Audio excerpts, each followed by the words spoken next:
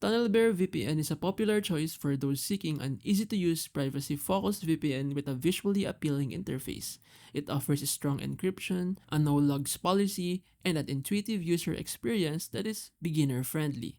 With users in over 40 countries, Tunnelbear provides decent coverage for bypassing geo restrictions and maintaining online anonymity. The free plan includes 2 gig of data monthly, making it usable for light users, while paid plans offer unlimited data.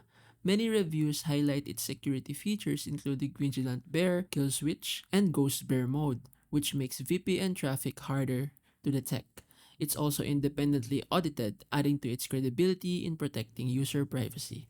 However, Tunnelbear has limitations that may not meet the needs of advanced users. Its speeds are average compared to its competitors, and it lacks advanced features like split tunneling or dedicated IPs. Tunnelbear struggles with unblocking certain streaming platforms like Netflix and may not be ideal for heavy streaming or torrenting.